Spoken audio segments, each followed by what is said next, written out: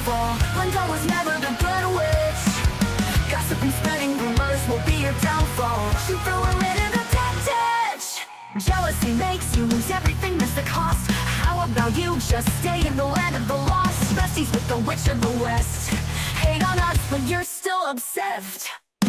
Getting me to be the big bad villain, babe, go get a psychoanalysis. Because I know I'm one in a million, but it's fine, I'll be your protagonist. You're talking too much, we can all hear your whispers. Calling us wicked is a little insulting. You gave them to her, but you can keep the rest with birds. Thought you were a girl's girl, but that's just disgusting.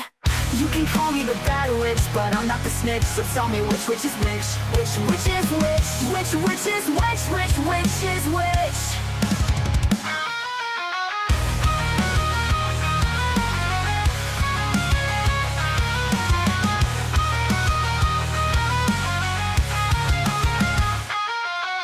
Mirror on the wall, who's the saddest one of all? Glenda was never the good witch.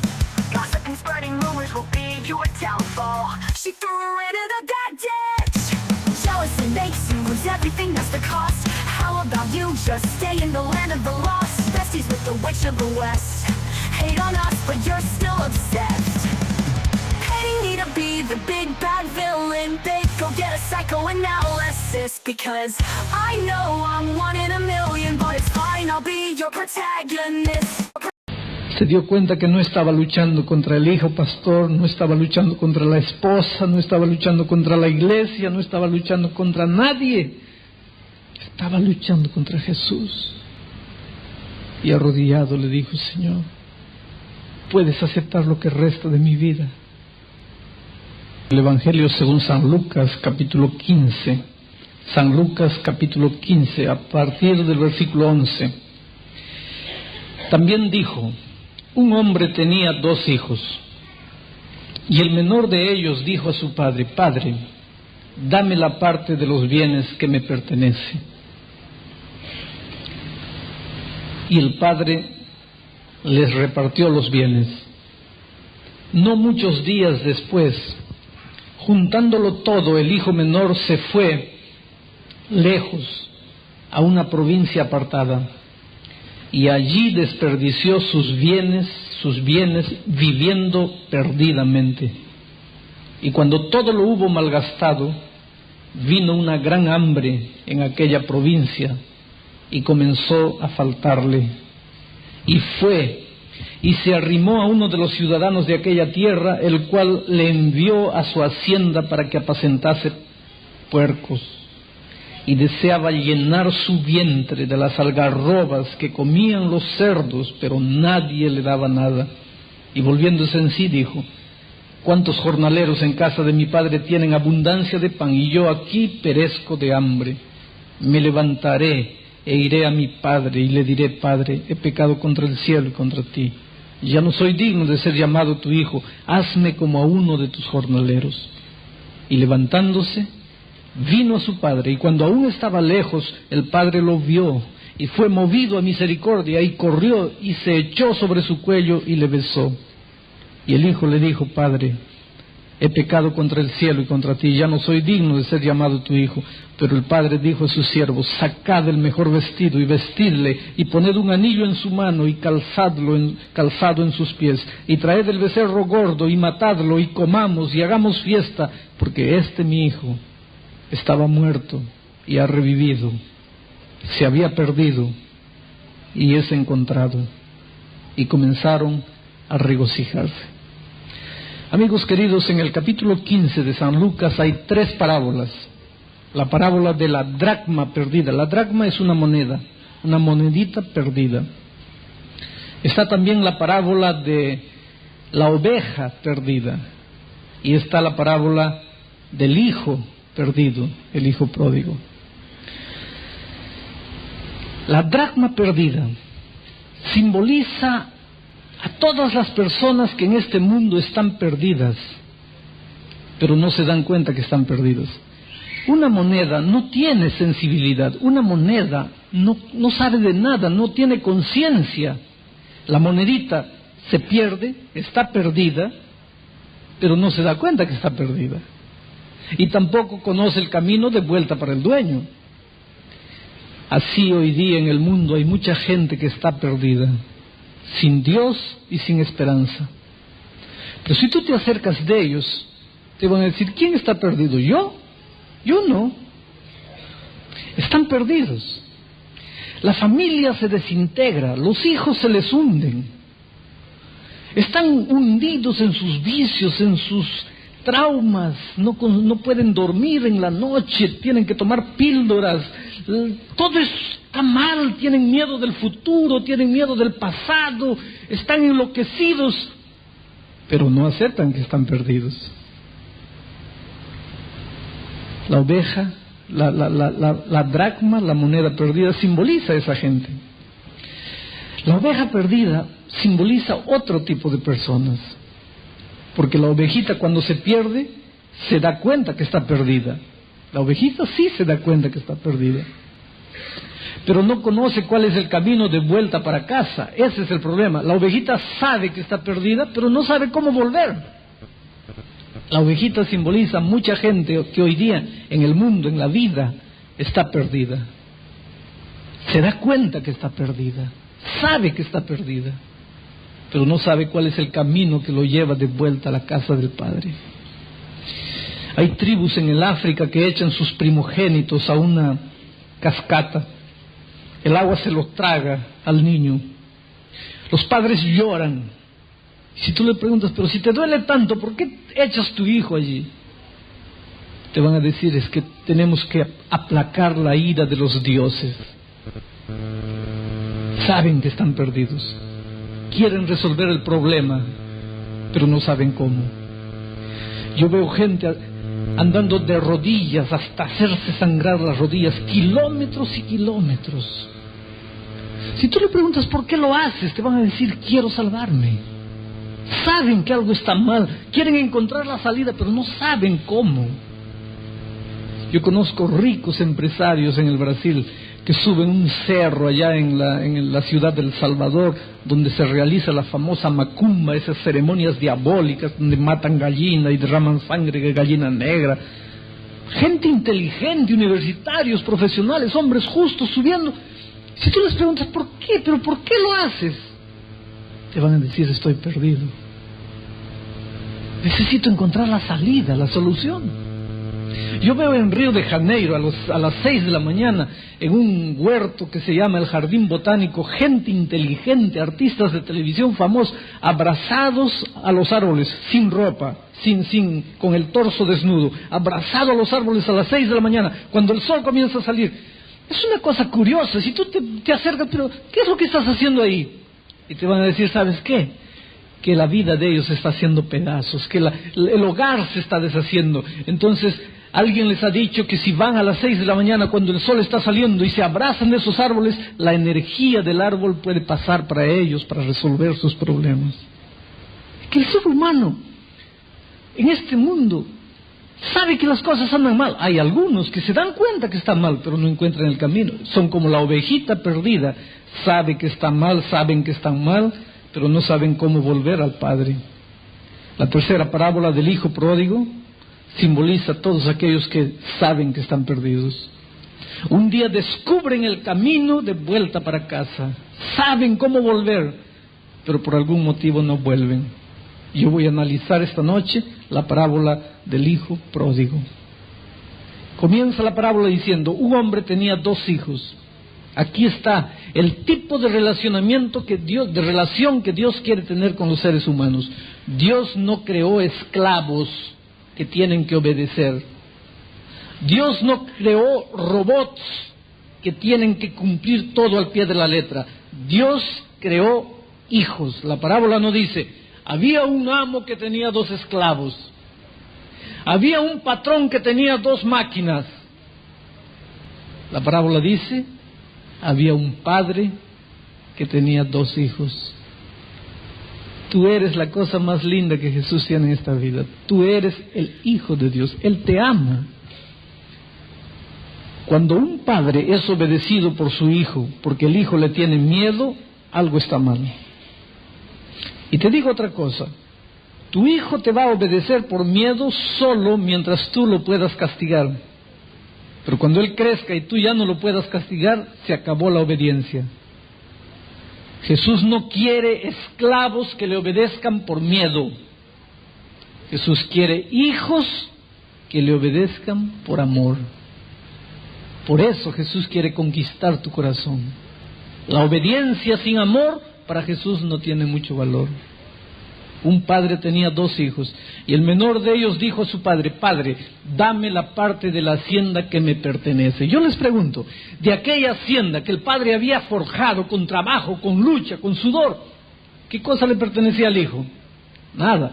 Pero él se atreve a decirle: dame la parte que me pertenece. Y aquí está simbolizada la actitud humana. Hay seres humanos que tal vez no lo dicen con palabras, pero con sus actitudes dicen: mi vida es mía, yo hago lo que quiero con mi vida, mis ojos son míos, yo veo lo que quiero con mis ojos, mis manos, mis pies son mías, yo voy a donde quiero con mis pies, hago lo que quiero con mis manos, nadie tiene que meterse conmigo, la vida es mía. Amigo querido, yo lamento decirte mucho esta noche, pero la vida no es tuya. Que tú puedes ir a donde quieres, eso es verdad. Que tú puedes hacer lo que quieras, eso es verdad. Que tú puedas ver lo que quieras, que puedas andar por donde quieras, eso es verdad. Pero que la vida es tuya, eso no es verdad. Porque la vida pertenece a Dios y Él te la prestó. A veces tú estás tomando desayuno y ves una hormiguita atrevida queriendo entrar a tu taza. Y tú con el dedo meñique la desapareces. Si un día Dios quisiese que nosotros desapareciésemos, no se daría ni siquiera el trabajo de mover el dedo meñique. ¿Cómo te atreves a decir que la vida es tuya? Que tú puedes hacer lo que quieras con tu vida. Que puedas hacer lo que quieras, puedes. Pero que la vida es tuya, no es. La vida le pertenece a Dios. Pero el hijo le dice: dame la hacienda, parte que me pertenece. Se apodera de la vida que es de Dios. ¿Y tú crees que Dios discute? Dios no discute. El texto bíblico dice: el padre, sin discutir, le repartió y le dio lo que el hijo quería. ¿Saben por qué, amigos queridos? Cuando Dios nos creó, nos dio libertad. ¿Sabes lo que quiere decir libertad? Libre albedrío para hacer lo que queremos. Pero mucho cuidado con confundir las cosas y pensar que porque Dios te dio libre albedrío, que Dios no puede intervenir en tu vida y puedes hacer lo que te da la gana. Yo un día fui invitado para hablar con un grupo de muchachos adolescentes que estaban fumando marihuana en las hojas de la Biblia. Dicen que el mejor papel para envolver marihuana es este papel tipo Biblia. Solo que este papel no se encuentra en las papelerías. Y si se encuentra es muy caro. Entonces es más barato comprar una Biblia que está subsidiada con ofrendas de gente que quiere predicar la palabra de Dios. Le arrancan la hoja de la Biblia y envuelven marihuana ahí. Y me dijeron: pastor, hable con esos muchachos. Yo fui. Un grupo de muchachos, 14, 15, 16 años. Y yo les dije: pero ustedes no pueden hacer eso. Y el jefe de ellos me miró atrevidamente y dice: ¿por qué no? Porque esa es la palabra de Dios. ¿Qué Dios? Dios no existe. Le dije: hijo, ¿cómo vas a decir que Dios no existe? Tú estás vivo porque Dios existe. Entonces él sacó su reloj y me dice: mira, le voy a dar a Dios 30 segundos para que me pruebe que existe. Si Él existe, le doy 30 segundos para que me quite la vida. Y comenzó a controlar: 5, 10, 20, 25, 30. Nada pasó. Él dio una carcajada, me miró desafiadoramente y dice: ¿y ahí? ¿Me dijiste que este libro es la palabra de quién? Y yo me quedé mudo. Y pensé en mi corazón: Dios mío, está bien, no lo mates ya, no lo mates. pero por lo menos dale una bofetada, tíralo al suelo, haz alguna cosa. No puedes permitir que un muchacho de 15 años te desafíe y tú te quedas tranquilo. Solo que Dios es Dios y yo soy yo. A mí se me acaba la paciencia porque soy un pobre ser humano. Pero 30 segundos es poco tiempo para acabársele la paciencia a Dios. Pero Dios, cuando nos dio libertad hasta para decirle: te doy 30 segundos para que me quites la vida. Y no te pasa nada. Y después das una carcajada. ¿Está viendo? ¿Dónde está Dios? Dios te dijo: está bien. ¿Quieres hacerte dueño de la vida? Llévatela. ¿Y para qué el hombre quiere la vida? El texto bíblico dice que poco tiempo después, el hijo, agarrando la hacienda, la parte que era de él, se fue a una tierra distante. Poco tiempo después. Poco tiempo después. Esto revela la rapidez con que el pecado arruina las cosas que toca. Comienza a fumar un cigarrillo, solo por curiosidad, solo para demostrarle a tus compañeros en la escuela que tú también eres hombre, solo por clase, solo por estatus, solo un hito.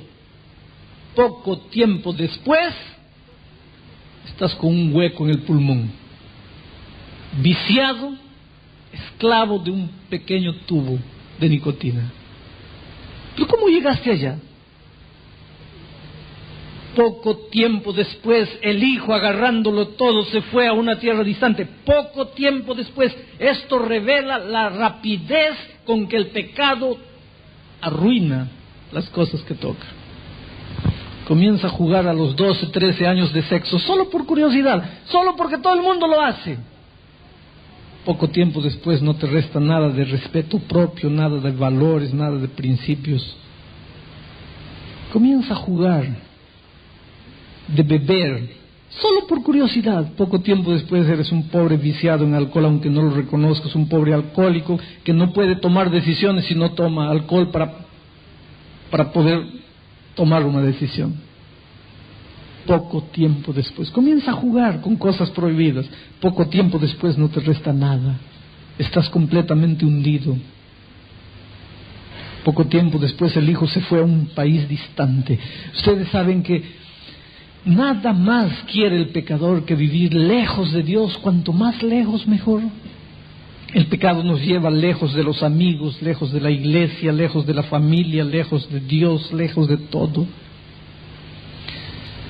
En una ciudad brasileña conocí un hombre extraordinario, maravilloso, columna en la iglesia, fervoroso.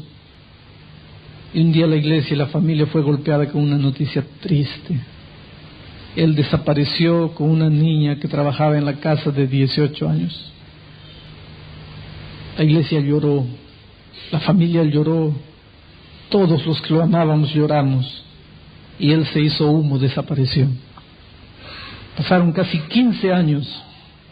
Yo estaba predicando una vez en un lugar allá en el interior de la Amazonía brasileña, en un lugar donde están esos garimperos que buscan oro, aventureros, allá en el canto del mundo, donde no hay nada.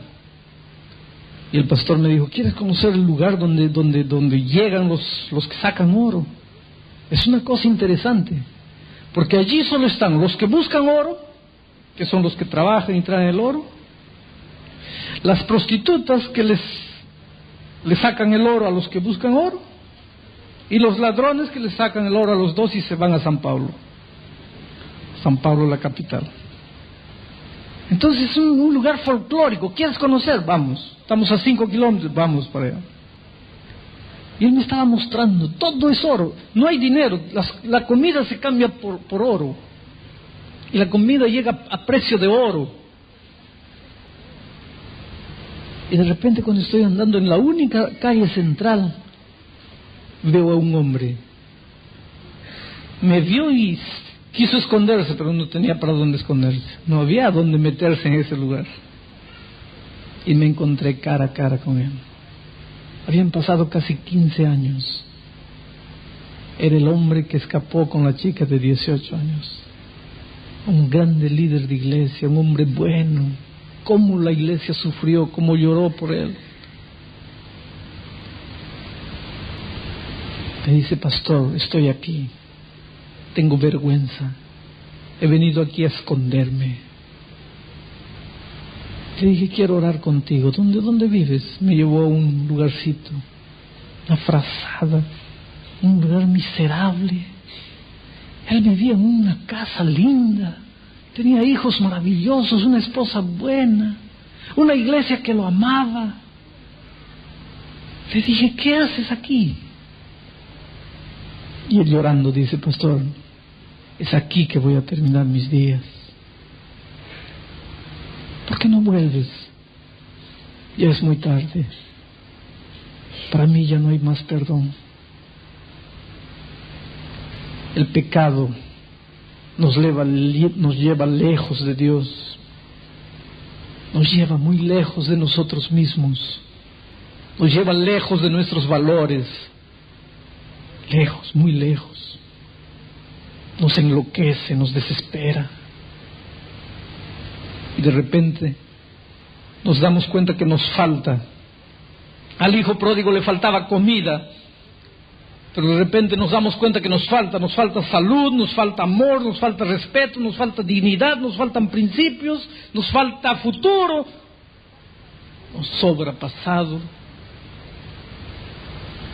El texto bíblico dice que de repente el hijo tuvo hambre. No era hambre de pan. Este hambre que la Biblia habla no es hambre de pan, es el hambre del alma, del corazón. Es aquella cosa que el pecador siente cuando no sabe qué hacer con su vida. Es aquella cosa que el pecador siente cuando termina el pecado y se siente vacío, y se siente sucio, y se siente con ganas de morir.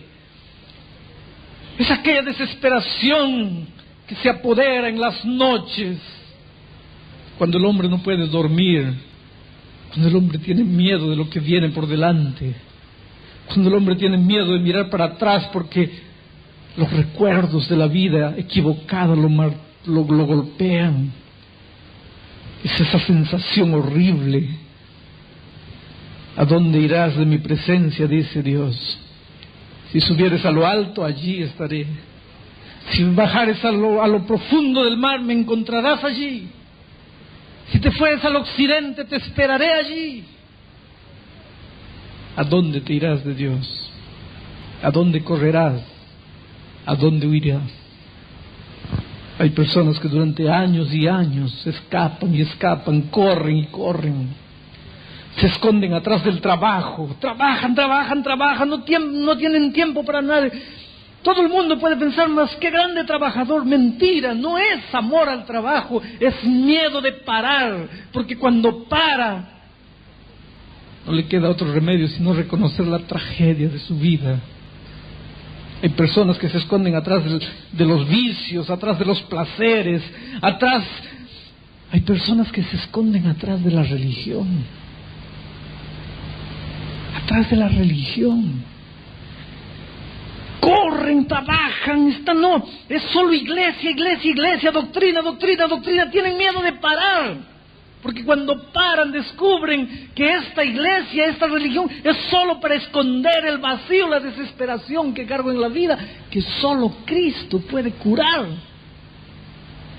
Miedo de parar. Por eso Dios dice: estáis vos quietos y sabed que yo soy Dios.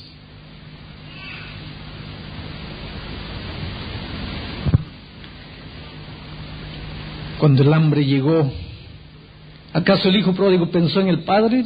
¿Volvió al padre? No. Trató de resolver el problema con sus manos. ¿Por qué seremos los hombres así?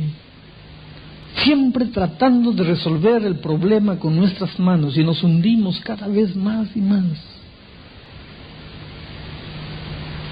Y cuando tratamos de resolver el problema con las manos propias, solo nos hundimos. Miren, el hijo pródigo hubiese vuelto al padre, estaría resuelto su problema, pero no, él quiso resolver su problema con sus manos. Buscó a un ciudadano y lo mandó ¿a dónde?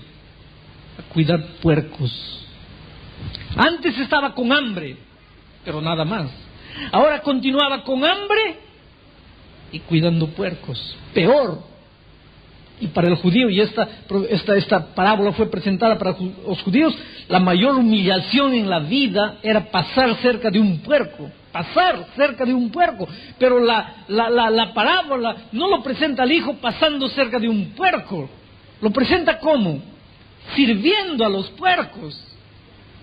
En lo peor de la situación, ya no podía caer más, había llegado a lo más bajo, al fondo, no había más esperanza para él.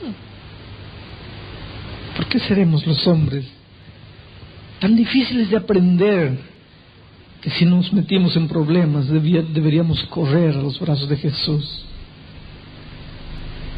Yo estaba un día con mi hijo, correr a los brazos de Jesús. Yo estaba un día con mi hijo pequeñito, mi hijo mayor estaba chiquito, tendría que 3 añitos. Mi esposa no estaba, yo estaba solo en la sala leyendo y él jugando ahí. Y de repente hizo caer un vaso, un florero de vidrio. Y el florero, ¡pah!, se hizo pedazos. Yo, para que no se asuste el niño, me hice al tonto, como que no me di cuenta, pero lo comencé a mirar disimuladamente. ¿Saben cuál fue la actitud de él cuando vio el vaso hecho pedazos? Él no vino a pedirme ayuda. Lo primero que hizo es mirar si yo me había dado cuenta. Y como él pensó que yo no me di cuenta, en la opinión de él yo no me di cuenta, él trató de reconstruir el florero con sus manitos de 3 años. Y ahí se cortó la mano. La sangre comenzó a aparecer. Ahora, en desesperación, corrió a los brazos del Padre. Podría haber venido a mí sin el dedo cortado. Tuvo que cortarse el dedo y de todas maneras acabar viniendo a mí. Pero ¿por qué seremos los hombres tan tercos para entender que Jesús es nuestra única salida? Yo nunca voy a olvidar el entierro de la hija de un grande amigo. Quedó embarazada a los 15 años, soltera. El padre le había dicho: hija, esa manera de noviar no está correcta. Pero ella no, mi vida es mía, no te metas. Quedó embarazada. Podía haber corrido al padre, no. Trató de resolver el problema con sus propias manos. Provocó un aborto y murió en la mesa de la cirugía. Ahora yo estaba acompañando al amigo en el entierro, en la hora del velorio. Yo veía a ese hombre mirando el cadáver de su hija en el ataúd y lloraba y decía: hija, ¿por qué? ¿Por qué? Si tú me contases, seguro que yo no te hubiera felicitado. Seguro que yo no me hubiera alegrado. Tal vez yo hubiera gritado. Pero yo soy tu padre. El único que podía resolver tu problema era yo, hija. ¿Por qué no viniste a mí? Yo creo que muchas veces Dios nos mira y dice: hijo, ¿por qué no vienes a mí? ¿Por qué? Si yo soy el único que te puede resolver el problema. Pero los seres humanos tenemos que herirnos en la vida para entender que necesitamos de Jesús. A lo largo de mi vida he visto gente sufriendo. Claro, mientras hay dinero, mientras hay salud, ¿para qué Dios? Una vez un hombre, una señora, miembro de iglesia, me dice: mi esposo no quiere saber nada de Dios, yo quiero que usted hable con él. Le dije: pero si él no quiere saber nada de Dios, ¿cómo voy a hablar? Pero ella me tendió una trampa, de tal manera que me encajonó. Me colocó frente a frente al del esposo, en una situación que yo no podía escapar. Ella me dijo: mi esposo lo está invitando a almorzar. Mentira, el esposo no me estaba invitando a nada. Ella preparó el almuerzo, llamó al esposo, me llamó a mí, y cuando entré a la casa dice: mire, yo le hice esto porque si no usted no iba a hablar con mi esposo. Ahora yo quiero que durante el almuerzo usted hable con mi esposo. le hable de Jesús. Pero le dije, señora, no, si él no quiere escuchar, deje que las cosas sucedan naturalmente. No, pastor, tiene que hacerlo, yo sé que Dios lo va a usar. Y durante el almuerzo ella, con el ojo, me dice, ya. No había ambiente, pero ella, ya. Y si yo no hablase, el esposo iba a pensar cualquier cosa extraña, porque ella... Yo tenía que hablar antes de meterme en un problema más serio.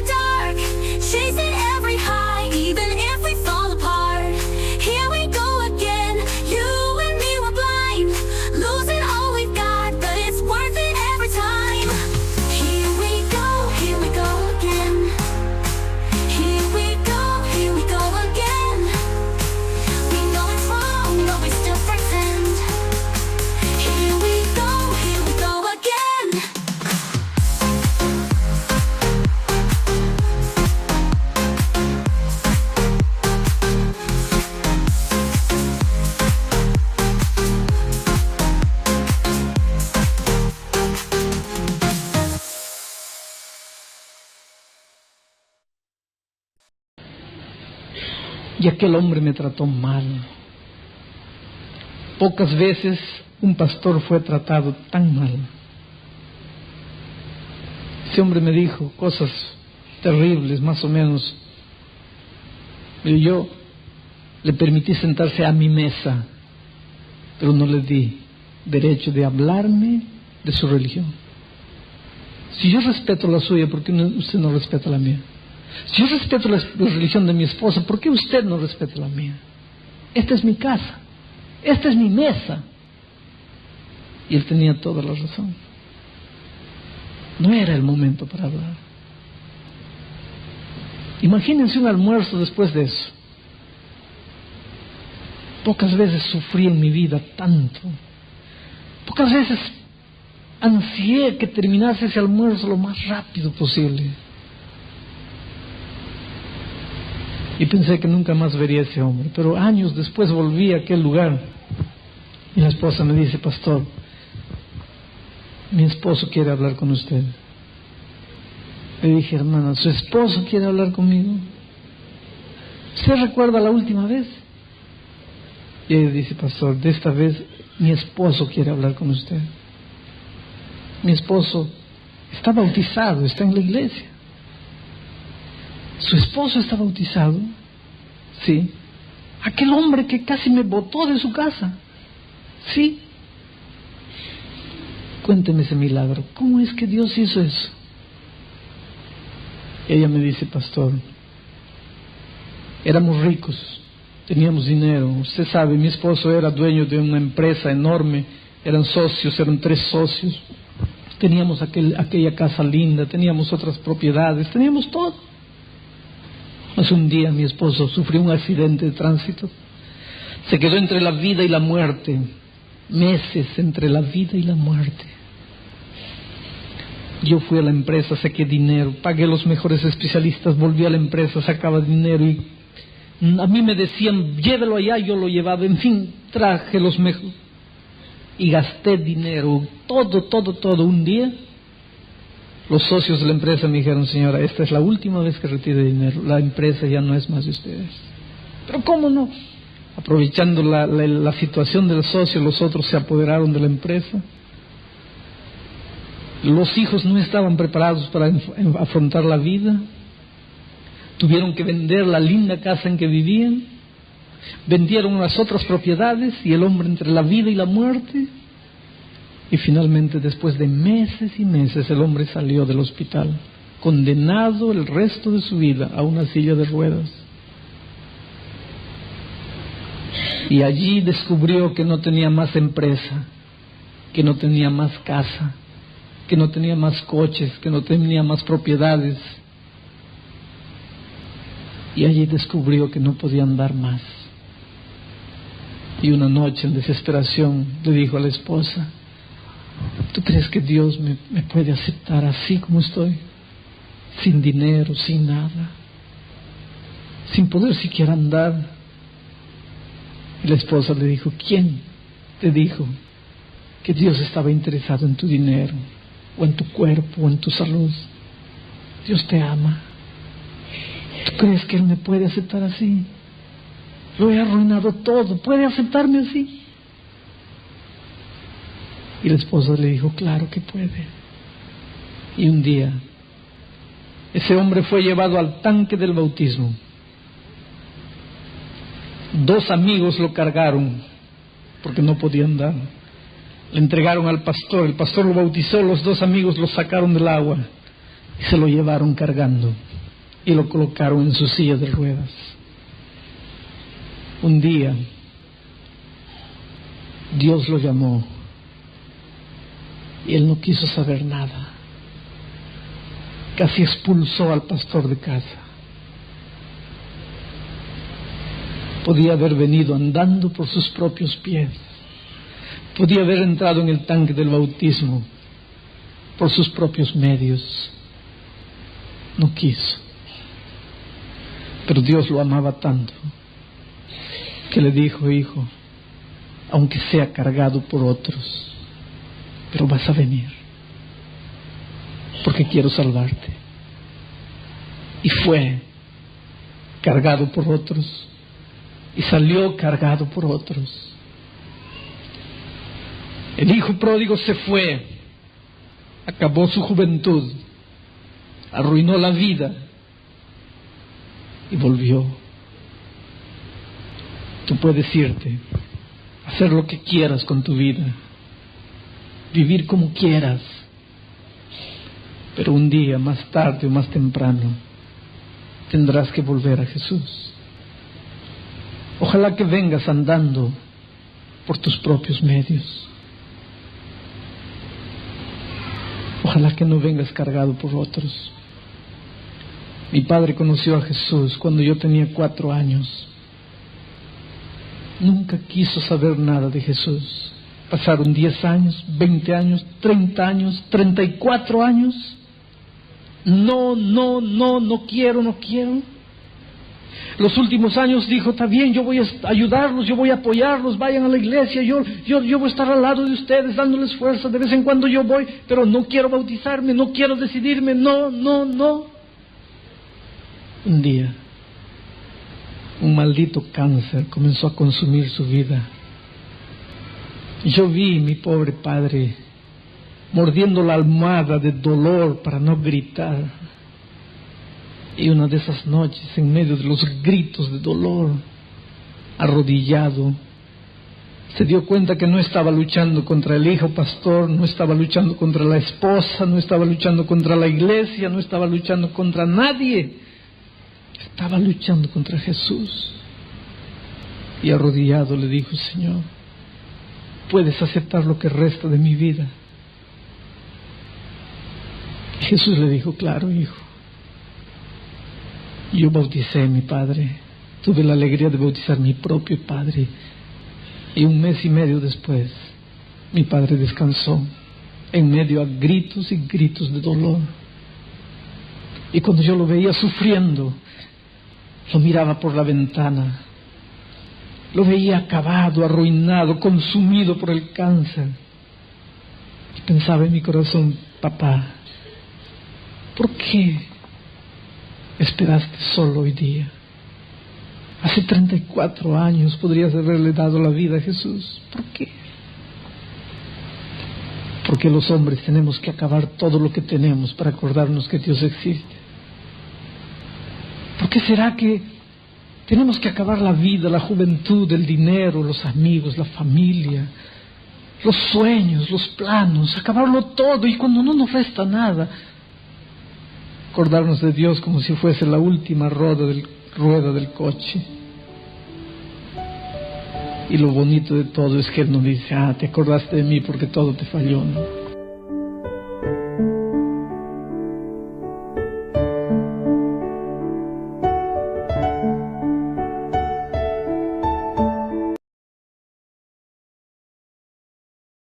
Porque si tú no estás orando, estás lejos de Dios. La única manera de saber que estás con Dios es si todos los días estás pasando tiempo en oración, abriendo tu corazón y dependiendo de Dios. A partir del versículo 4, anoche leímos hasta el versículo 3. Pero Jehová hizo levantar un gran viento en el mar, y hubo en el mar una tempestad tan grande que se pensó que se partiría la nave. Y los marineros tuvieron miedo, y cada uno clamaba a su Dios, y echaron al mar los enseres que había en la nave para descargarla de ellos. Pero Jonás había bajado al interior de la nave y se había echado a dormir. Y el patrón de la nave se le acercó y le dijo: ¿qué tienes, dormilón? Levántate, clama a tu Dios, quizás Él tendrá compasión de nosotros y no pereceremos. Y dijeron cada uno a su compañero: venid y echemos suertes, para que sepamos por causa de quién nos ha venido este mal. Y echaron suertes, y la suerte cayó sobre Jonás.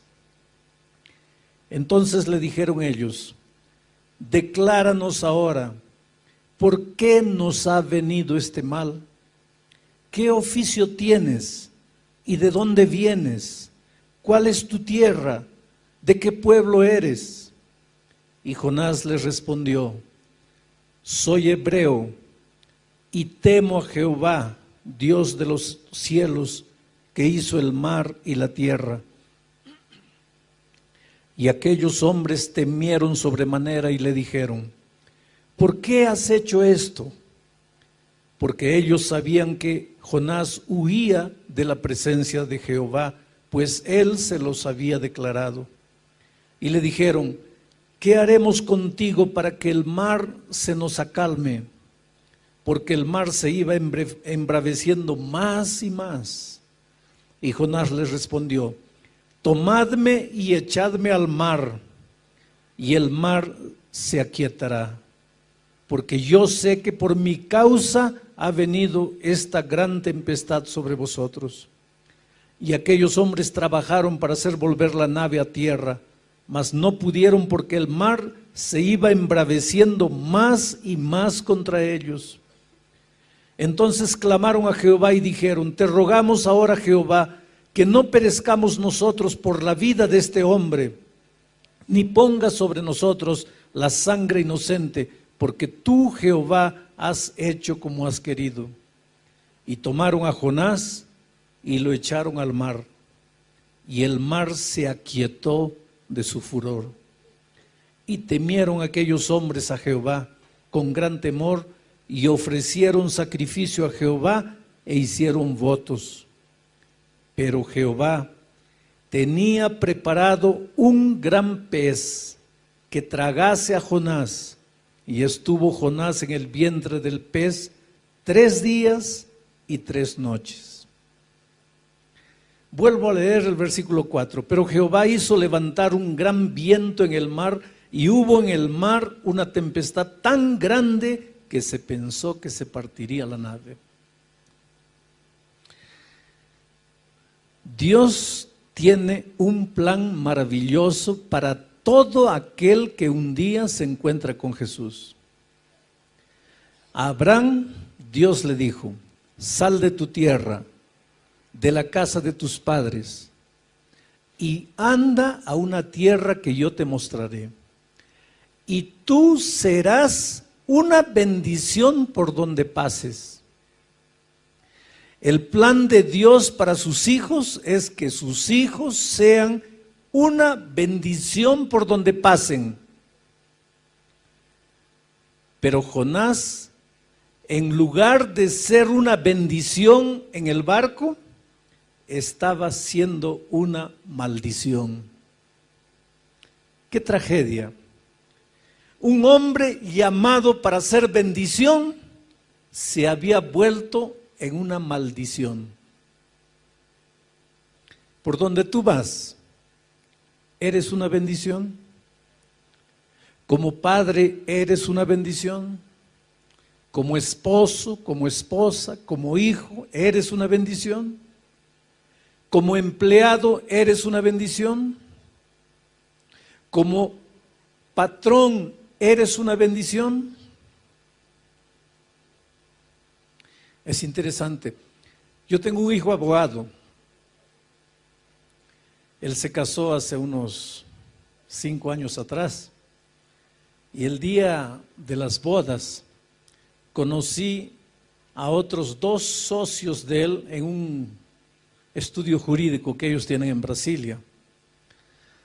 Y yo los veía a esos 2 socios, también abogados famosos allá, medio dislocados porque no había bebida, no había cigarro, no había baile, no era el ambiente de ellos.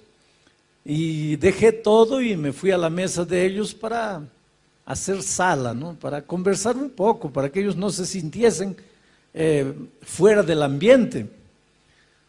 Y es impresionante lo que ellos me dijeron. Yo les dije: mire, yo les agradezco a ustedes por el apoyo que ustedes le dan a mi hijo. Y uno de ellos me dijo: mire, nosotros no le damos ningún apoyo. Él es un buen profesional, pero una cosa, nosotros 2 tenemos una gratitud profunda por él, porque él tiene algo que nosotros no tenemos. Él tiene fe, él cree. Y cuando a veces nosotros tenemos un caso casi perdido, cuando parece que ya no vamos a lograr nada, lo primero que hacemos es entrar a la sala de él, no para pedirle ideas con relación al trabajo, sino para pedirle que él haga una oración por nosotros, porque hay momentos en que solo Dios puede resolver algunos problemas. Bueno, eso es lo que Dios quiere para ti, que por donde tú vayas seas una bendición. Tú eres la luz, dijo Dios. Vosotros sois la luz del mundo, dijo Jesús. ¿Ya escuchaste hablar de la leyenda del rayito de luz? El rayito de luz quería conocer a las tinieblas y un día fue a la mamá y le dijo: mamita, quiero conocer a las tinieblas, ¿dónde puedo encontrar a la oscuridad?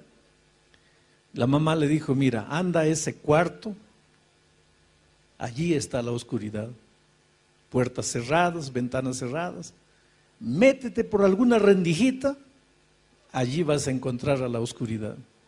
Y el rayito de luz se fue, entró y volvió frustrado. Mamita, entré, pero no había ninguna oscuridad. Entonces la madre le dijo, mira, ándate al centro de la tierra, allá al fondo de la tierra, ahí está la oscuridad. Y el rayito de luz se fue allá y volvió triste, mamita, tampoco encontré la oscuridad. Y la mamá lo mandaba para aquí, lo mandaba para allá, y el rayito de luz volvía y le decía, mamá, no encuentro a la oscuridad. Y la mamá le dijo, mira, hijito, nunca vas a encontrar a la oscuridad, porque por donde tú vayas, todo va a quedar iluminado, porque tú eres un rayo de luz. Oh querido, tú eres un rayo de luz. Tú naciste para ser una bendición. Mucha gente se queja y dice así, esta vida es un infierno, esta vida es injusta, nadie me ama, nadie me quiere, nadie me acepta, todo el mundo me trata mal. Pero yo quiero darte una noticia que no sé si te va a gustar. No es que todo el mundo te trata mal, no es que nadie te quiere, es que este mundo, esta vida es como un espejo. Si tú vas al espejo y le sonríes, el espejo te sonríe. Si tú vas al espejo con rabia en el rostro, el espejo te va a devolver la misma imagen. Si tú lloras delante del espejo, el espejo te va a devolver la imagen de alguien llorando. El problema es que tú andas con el rostro fruncido, andas quejándote de la vida, miras a las personas y nadie te gusta, vives criticando, mirando los defectos de las personas, pero quieres que te acepten, quieres que todos se traten bien. Querido, trata bien a las personas, ama a las personas, acéptalas como son. Tú no vas a cambiar la personalidad de los seres humanos. Pero ese es muy hablador, acéptalo así hablador. Ese es muy callado, acéptalo callado. Ese es muy triste, acéptalo triste. Ese es muy nostálgico, acéptalo nostálgico. Porque cuando tú aceptes a las personas como son, las personas te van a aceptar a ti como tú eres. El problema es que nosotros queremos que las personas sean de la manera que nosotros queremos que sean. Pero si las personas cobran eso también de nosotros, ¿a dónde vamos? Jonás había nacido para ser una bendición, pero estaba haciendo una maldición. Y no estaba haciendo una maldición solo para la gente que estaba en el barco, estaba haciendo una maldición para sí mismo. Al escaparse de Dios, Jonás había perdido 4 cosas maravillosas. Y cada vez que tú no quieres compromiso con Dios, cada vez que tú corres de Dios, cada vez que tú te limitas a acompañar a Dios de lejos, pero no te acercas, no te comprometes, no te relacionas. Ahora mira, en los tiempos de Cristo, multitudes seguían a Jesucristo. ¿Cuántos comieron del pan en el milagro de la multiplicación de los panes y peces? Por lo menos unas 15,000 personas. Cuando crucificaron a Jesucristo, ¿dónde estaban esas 15,000 personas que comieron el pan que Jesús multiplicó? Es que eran personas que seguían a Jesús así de lejos, sin compromiso. Está distribuyendo pan, llego cerca. Está curando, voy allá. Está dando alguna bendición, corro, pero no quiero compromiso. Un paso siempre atrás. Siempre la humanidad fue así. Pero cuando tú vives distante de Jesús, cuando no quieres comprometerte, pierdes 4 cosas. Las 4 cosas que Jonás había perdido cuando decidió alejarse de Dios. En primer lugar, Jonás perdió su capacidad de orar. Perdió su capacidad de orar. ¿Recuerdas cuando leí el texto? Cuando la tormenta apareció, cuando el problema apareció, dice que cada uno de los marineros oraba a un Dios diferente. Cada uno tenía su Dios y cada uno clamaba a Dios. Yo creo que el jefe de los marineros convocó a una noche de oración especial, una reunión especial de oración para que Dios calme la tempestad. Y cada uno oraba a un Dios extraño. Ahora, la única persona que conocía al Dios verdadero, creador de los cielos y la tierra, dormía. Jonás, en la historia, es el primer cristiano que se durmió en una reunión de oración. Se bajó allá abajo y se echó a dormir. Si tú me haces una pregunta esta tarde, pastor, ¿cómo sé que me estoy alejando de Dios? Yo te respondo, cuando empiezas a perder tu capacidad de orar, cuando empiezas a orar poco, te estás alejando de Dios. Pero pastor, si el sábado estuve en la iglesia, no importa. Pero pastor, si yo soy anciano, no importa. Pero pastor, si yo pasé la lección de la escuela sabática, no importa. El hecho de que vienes a la iglesia no mide tu comunión con Dios. El hecho de que tienes un cargo en la iglesia no mide tu comunión con Dios. Lo que mide tu comunión con Dios es tu capacidad de orar. Y la primera evidencia de que te estás alejando de Dios es que te da menos y menos ganas de orar. Y cuando tú no oras puedes estar en la iglesia, pero estás solo en la vida. Y cuando la tormenta viene, ¿qué haces? ¿A dónde vas? Cuando están demitiendo de la empresa a todos los empleados y tu nombre está en la lista, ¿qué haces? Cuando tu hogar se está destruyendo, ¿qué haces? Cuando estás adeudado o endeudado hasta el cuello, ¿qué haces? Porque si tú no estás orando, estás lejos de Dios.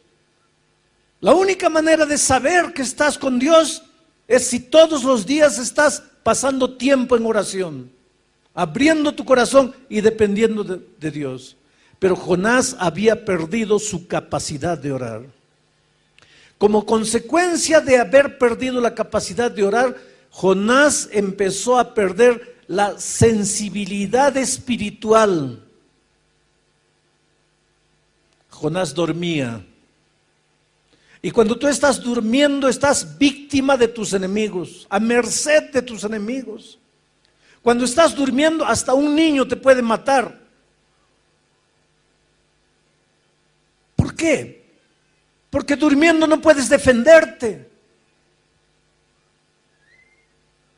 Al alejarse de Dios, Jonás estaba perdiendo la sensibilidad espiritual. Mira, todos los marineros en el barco se daban cuenta que había un problema. Jonás no. Jonás dormía. Los marineros en el barco agarraban las cosas y arrojaban al mar para que el barco no tuviese mucho peso, a fin de que continuase flotando. Los marineros se esforzaban, los marineros luchaban, los marineros miraban al cielo, pensaban, ¿qué está pasando? Ahora el único que tenía conciencia de lo que pasaba, dormía. Había perdido la sensibilidad espiritual.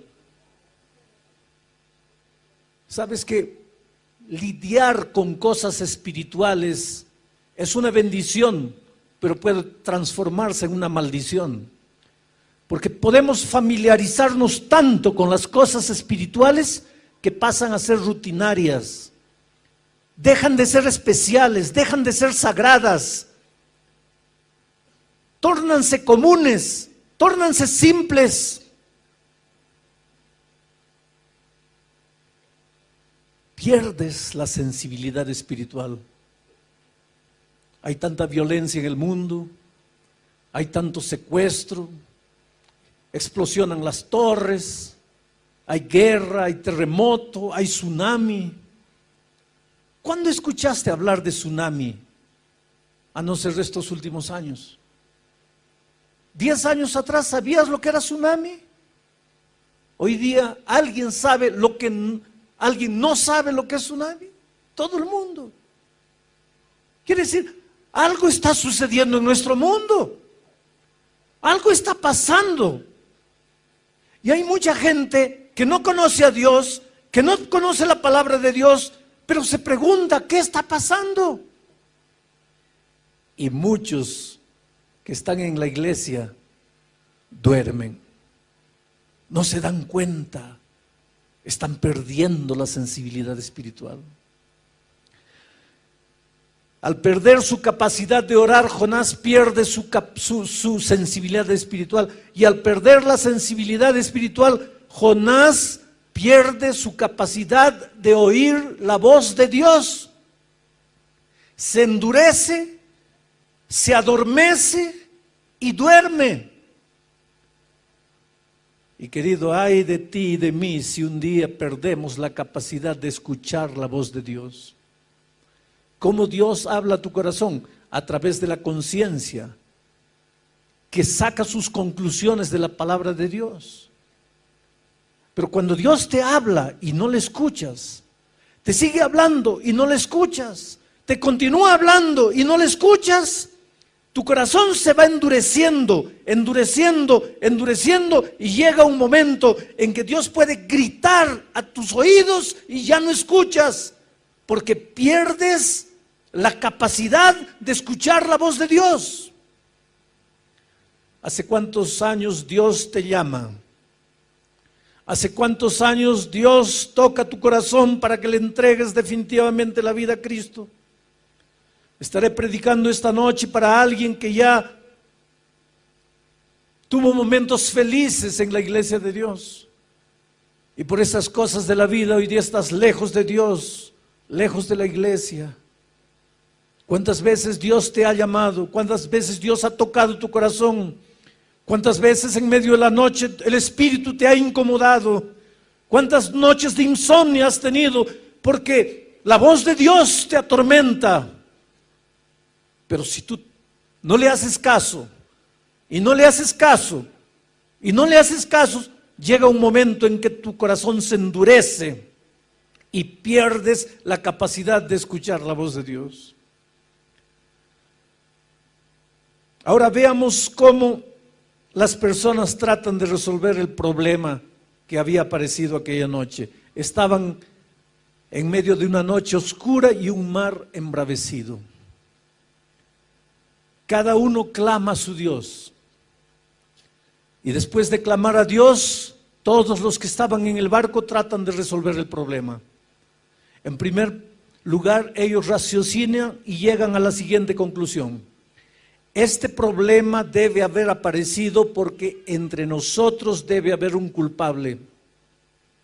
Y entonces ellos echan suerte. Ustedes saben que los marineros juegan cartas, juegan dados, juegan dominó. Los marineros pasan el tiempo con ese tipo de juegos de azar. Y los marineros aquella noche trataron de descubrir quién era el culpable utilizando las herramientas que tenían en sus manos, utilizando las cosas que ellos conocían. Echaron mano del juego de azar. No es que la Biblia apruebe el juego de azar. Lo que la Biblia está mostrando es que cuando el ser humano está en problemas, trata de resolver sus problemas con lo que tiene en la mano. Ni que para eso tenga que entrar en la tradición humana que no tiene base científica ninguna. Ponte a pensar en nuestros días. La humanidad inconscientemente sabe que este barco está en peligro. La humanidad inconscientemente sabe que la embarcación llamada tierra está corriendo peligro. Y cada uno trata de resolver el problema. Unos piensan que esta tierra se va a destruir por causa del desequilibrio ecológico. Entonces vamos a concentrar todas las fuerzas en mantener el equilibrio ecológico, y nunca en la historia se vio tantos movimientos defendiendo el equilibrio ecológico. Y claro que tiene razón de ser, pero la solución para el planeta no está ahí. Hay mucha violencia, hay mucho robo, hay mucha deshonestidad. Entonces, ¿qué debemos hacer? Vamos a construir prisiones para que todos los ladrones vayan allá. Ahora, querido, si todos los ladrones tuviésemos que ir a la prisión, no quedaría nadie afuera, porque el problema no está afuera, el problema está en el corazón humano. Hay un filósofo que dice que si tú no robaste todavía es porque no tuviste la oportunidad. Y yo te voy a confesar una cosa, porque quiero que entiendas que soy un ser humano tan humano cuanto tú. Un día en los Estados Unidos entregué un billete de $100, un billete de $10 para una compra que hice de $2, $3. Y la chica debería tener algún problema ese día, seguro que peleó con el esposo o algún hijo estaba enfermo. Evidentemente su cuerpo estaba allí, pero su cabeza no estaba, porque me recibió el billete de $10 y me dio el vuelto de $100. ¿Qué es lo que debería haber hecho yo inmediatamente? ¿Qué debería haber hecho? Devolver. Y devolví. Pero pensé 2 segundos antes de devolver. Y después me asusté. ¿Por qué tuve que pensar? ¿Por qué tuve que pensar? ¿Por qué no devolví en el acto? Como algo natural. Porque la honestidad no es natural. No es natural de nuestra naturaleza pecaminosa. Entonces, querido, el problema no está con la justicia humana, no está con la prisión, el problema está con el corazón humano. Pero cada ser humano trata de resolver el problema. El matrimonio está hundido. Vamos a intentar esto, vamos a intentar aquello, vamos por este camino. A veces entra en el terreno de la depravación, queriendo salvar el matrimonio. El problema no está allí. El ser humano, mira, hay gente que no sale de casa sin mirar el horóscopo para ver si este es mi día de suerte o no, si hoy día me va bien, me va mal. Ponte a pensar un poquito, ¿qué tiene que ver el astro que está allá millones de años luz con tu vida aquí? Oh, querido, piensa un poco. Me tropecé porque mi horóscopo decía que me iba a tropezar. ¿Qué tiene que ver ese astro con el hecho que no miraste la piedra que estaba delante de tu camino? Pero el ser humano, cuando está en problemas, trata de correr de un lado para otro para resolver el problema. Y es lo que los marineros hicieron aquella noche. Lo que estaba en las manos eran las cartas y comenzaron a echar suerte. Y te digo una cosa, cuando los seres humanos son sinceros, y aunque no estén en el camino correcto, porque no conocen otra verdad, Dios puede manifestarse a ellos. Y fue lo que sucedió aquella noche, porque la suerte cayó a Jonás. Y ahora los marineros fueron a Jonás y le preguntaron: ¿qué hiciste? ¿Por qué nos trajiste esta maldición? Ahora miren la actitud de Jonás. Jonás pensaba que la solución para los problemas estaba en las manos del propio ser humano. Jonás llegó a la siguiente conclusión: yo pequé, yo traje este problema, yo traje esta maldición, entonces yo voy a pagar por lo que hice. Arrójenme al mar y cuando yo me muera, ustedes se van a quedar en paz. Jonás era un profeta de Dios. Jonás conocía el tema de la gracia redentora. Hay muchos cristianos sinceros que piensan que en el Antiguo Testamento la enseñanza es salvación por las obras, y que en el Nuevo Testamento la enseñanza es salvación por la gracia. Pero si tú lees la Biblia desde el Génesis hasta el Apocalipsis, vas a ver que la única enseñanza bíblica es la salvación por la gracia. Por las obras nadie se salva, por la ley nadie se salva, por guardar mandamientos nadie se salva. Desde el jardín del Edén, cuando un cordero fue sacrificado para preparar vestidos para cubrir la desnudez del hombre, Dios estaba diciendo que la salvación es únicamente por la gracia de Jesucristo, porque ese cordero simbolizaba al cordero de Dios que tiraría el pecado del mundo. Cuando Israel todos los días ofrecía sacrificio y un corderito era sacrificado, el mensaje era: la salvación es únicamente por la gracia.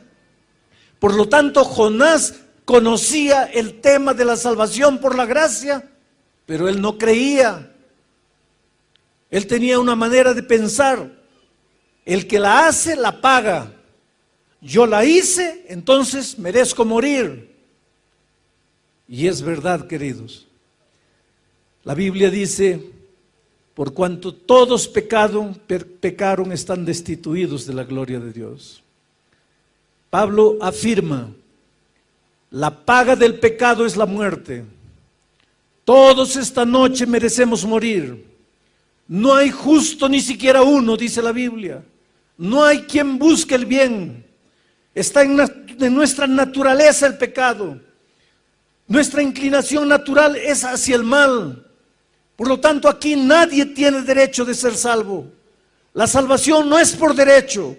La salvación no es por merecimiento. La salvación no es porque has hecho alguna cosa buena. La salvación no es por puntos que ganaste. La salvación no es una medalla de honra que recibes. La salvación es únicamente por la gracia de Cristo, porque Él te ama, a pesar de lo que has hecho, a pesar de tu pecado, a pesar de la vida que has vivido, a pesar de que creas o no creas. Dios te ama y quiere salvarte. Pero Jonás no entendía eso. Por ejemplo, cuando Jonás decidió escaparse de la presencia de Dios, fue porque Dios le dijo: levántate, ve a Nínive y profetiza. Y Jonás, más adelante vamos a ver eso, le dice a Dios: yo hubiera ido a Nínive a profetizar si yo hubiera sabido que tú los ibas a destruir.